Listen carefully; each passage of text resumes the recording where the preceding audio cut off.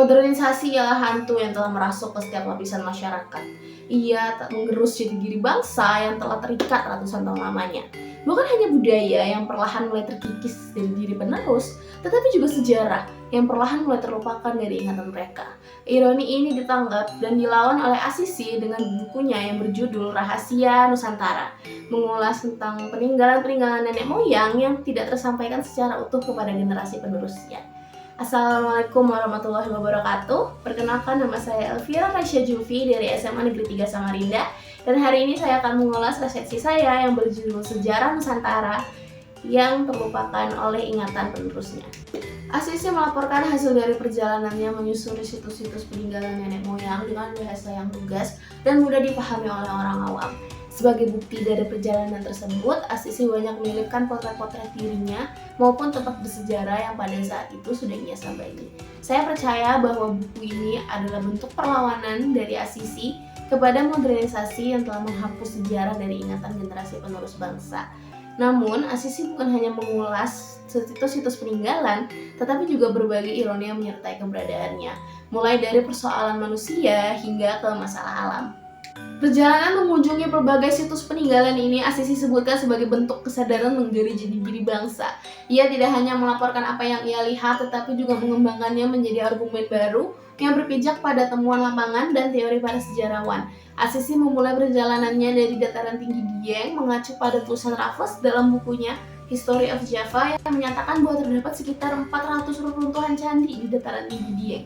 Dari situ, Assisi membandingkan dua penyebab utama hilangnya warisan leluhur, yaitu ulah manusia yang korup dan juga alam.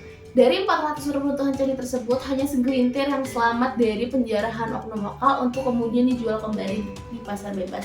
Di sisi lain, alam pun berpengaruh dalam penghapusan peninggalan. Prasasti Ruka mencatat letusan Gunung Sindoro meluluh lantakan permukiman dan meninggalkan misteri seberapa banyak peninggalan Jawa klasik yang terkubur bersama abu vulkaniknya. Teman-teman, alam dan manusia memang dapat melenyapkan wujud fisik sebuah candi. Namun Assisi percaya letak kekuatan terbesar Nusantara ada di akulturasinya. Candi Arjuna dan Candi Bima yang terletak di dataran tinggi Dieng itu bercorak India, dengan Candi Arjuna bercorak India Selatan dan Candi Bima bercorak India Utara. Hal ini menunjukkan bahwa candi-candi kita terinspirasi dari India. Namun kepercayaan lokal terhadap roh leluhur dan juga alam itu memicu akulturasi di candi-candi setelahnya. Rahasia Nusantara adalah reportase sejarah yang dikemas dengan bahasa sederhana agar mudah dipahami oleh pembaca awam.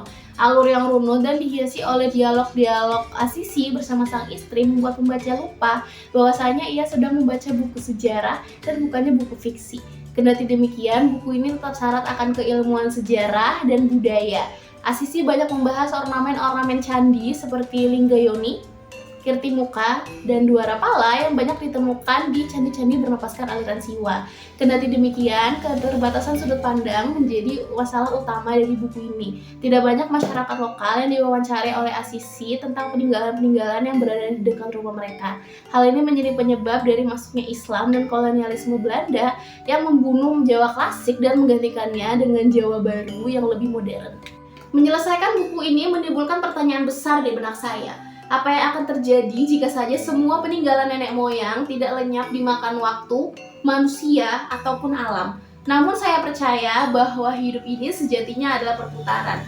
Semua hal berputar di satu lingkaran yang sama, mencipta paradoks tak berkesudahan. Rahasia Nusantara adalah bentuk perlawanan dari bidang sastra untuk membantu potongan-potongan sejarah yang tidak mendapatkan tempat di hati dan pikiran masyarakatnya.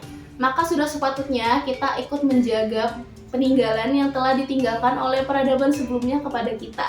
Sebab mereka bukan hanya sekedar bangunan ataupun peninggalan. Mereka adalah jejak kejayaan yang selamat dari amukan sang waktu.